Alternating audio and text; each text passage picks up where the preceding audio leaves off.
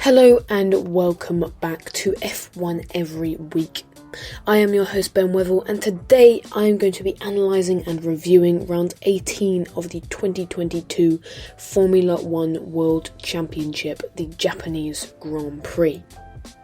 F1 returned to Japan for the first time since 2019 due to COVID, and the race was first on the calendar at Fuji back in 1976, Mario Andretti taking its inaugural victory, whilst James Hunt took his first and only World Championship, Niki Lauda pulling out due to the risk associated with the torrential rain which engulfed the track on that day. However, the race was abandoned only 2 seasons later, as a crash between Gilles Villeneuve and Ronnie Peterson led to the death of 2 spectators. It was nearly a decade before the Grand Prix would make its return, this time with Suzuka. Some of the most infamous moments in F1 history occurred between the track's 2-decade stretch on the calendar before Fuji's 2-season return from 2007, including the crashes between Alain Prost and Ayrton Senna, which decided both the 1989 and 1990 World Championships, Damon Hill's wonder drive in 1994 to beat Michael Schumacher, as well as his championship-winning race 2 years later, which left a lump in Murray Walker's throat, and Kimi Raikkonen's last lap pass on Giancarlo Fisichella from 17th on the grid to clinch the race victory all the way back in 2005. Japan almost always produces something special, but with the championship well within Max Verstappen's grasp, deeply confusing is the group of words I'd use to describe this year's Grand Prix. You can listen to the podcast on the streaming platform of your choice, including Spotify and Apple Podcasts, as well as YouTube, all of which are linked below. Now, without further ado, let's get into episode 77.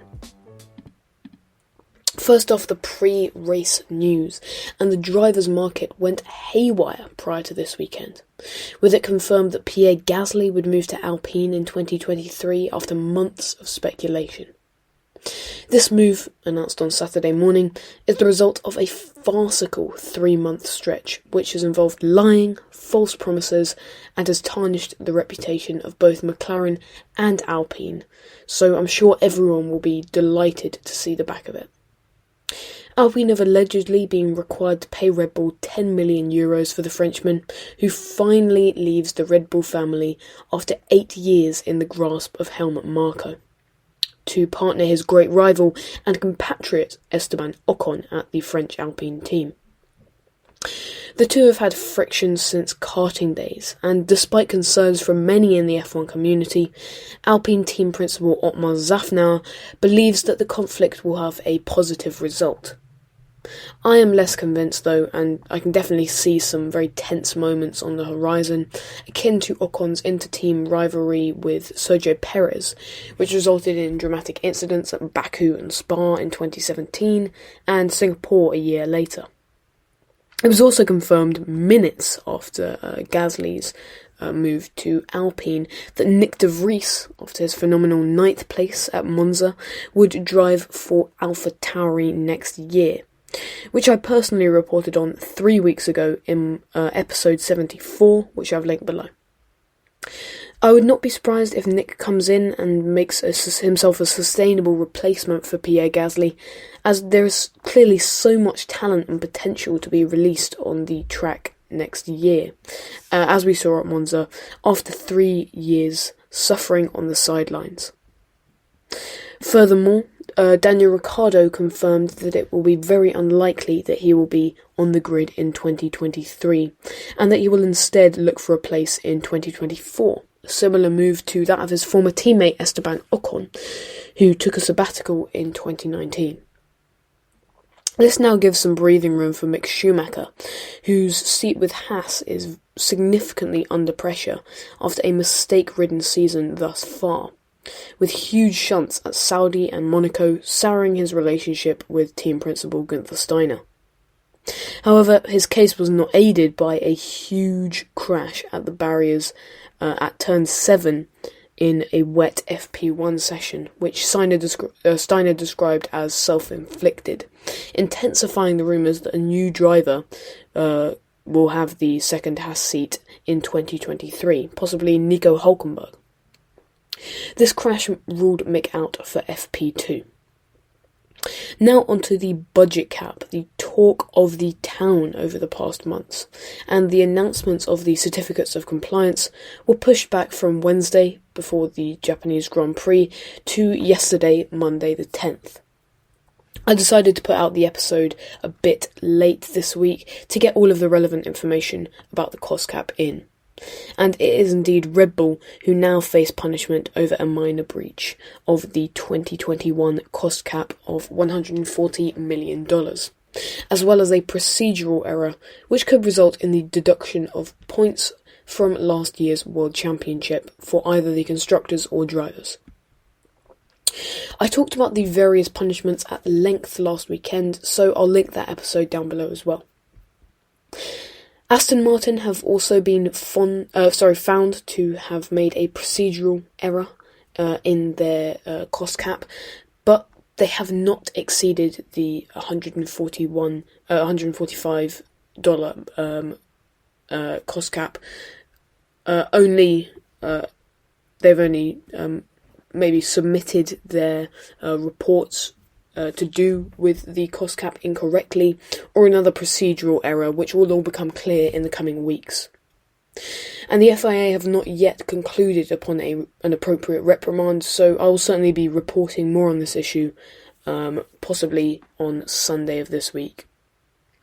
Finally, Nicholas Latifi faced a 5-place grid penalty on Sunday for his crash with Zhou Guanyu at Singapore, for which he was rightly given the blame.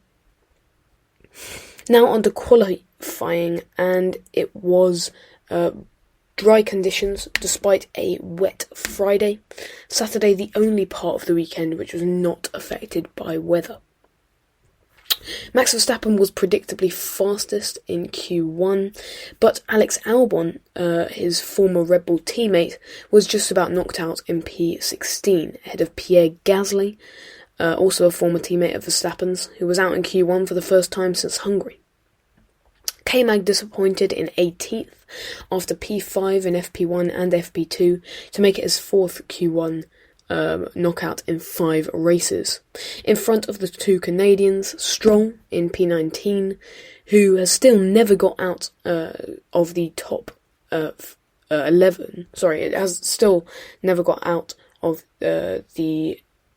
of Q2 in Suzuka, and Latifi in last place.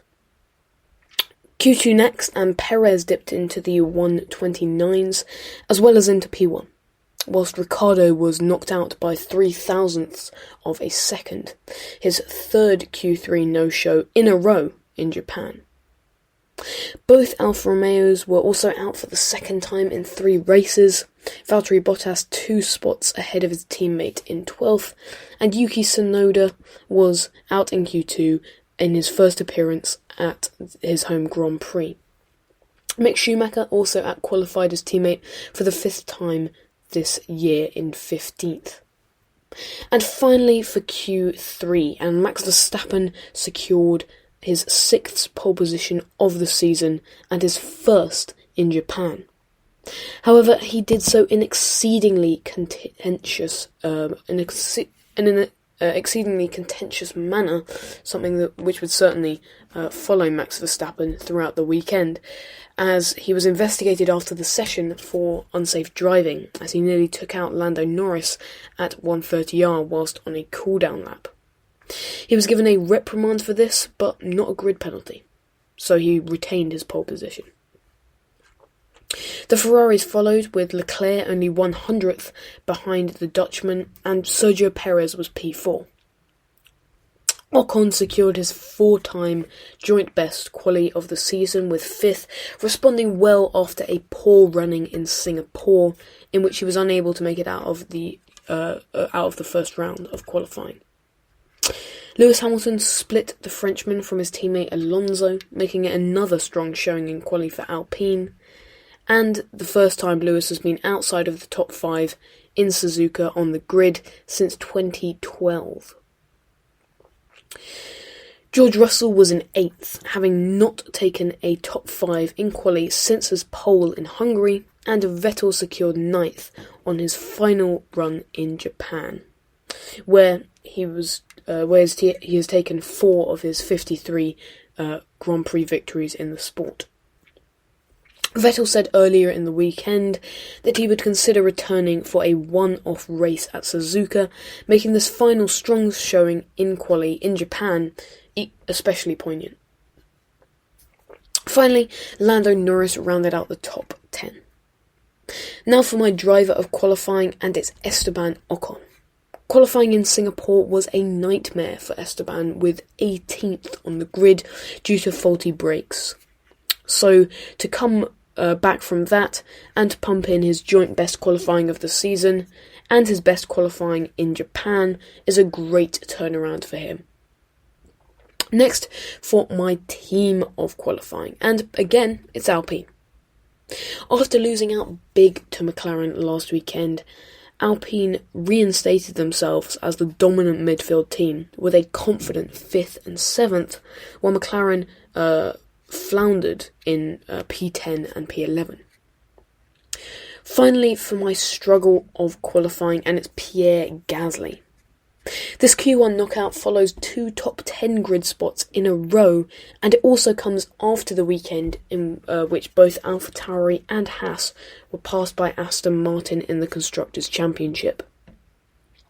Performances such as this from the team leader, whilst Yuki Tsunoda managed to get P12, are not going to get Alpha back in front, so Pierre should be glad that he's signed that contract before this session. Now onto the race itself, and it was Max Verstappen who secured his 2nd World Championship victory in one of the most controversial and confusing ways in Formula 1 history. Of course, since last year. I see a pattern with this guy. He did so by taking his first race victory in Japan, his 32nd in the sport, and his 12th of the season. The race began in extremely wet conditions, but Verstappen was, as always, unfazed, sweeping around the outside of his long-time rival Charles Leclerc at turn 1 to maintain his lead from pole position. Perez lost out to Sainz on track within the first lap, before Sainz spun out, making this his 3rd retirement near the start of a Grand Prix this year, the others being Imola and Australia, and this brought out the safety car. The rain only intensified though during the safety car period, which led to a red flag. And after hours of rain stoppage, the race finally got back underway with 40 minutes on the race clock, and with Verstappen still very comfortable in the lead. The 3 leaders pitted for inters with about half an hour remaining, leaving Verstappen in 4th and Leclerc and Perez behind the yet-to-pit Zhou. Schumacher was passed by Verstappen for 3rd, then Leclerc and Perez as well did the same, before Max went on a complete rampage, ending up 27 seconds ahead of his opposition.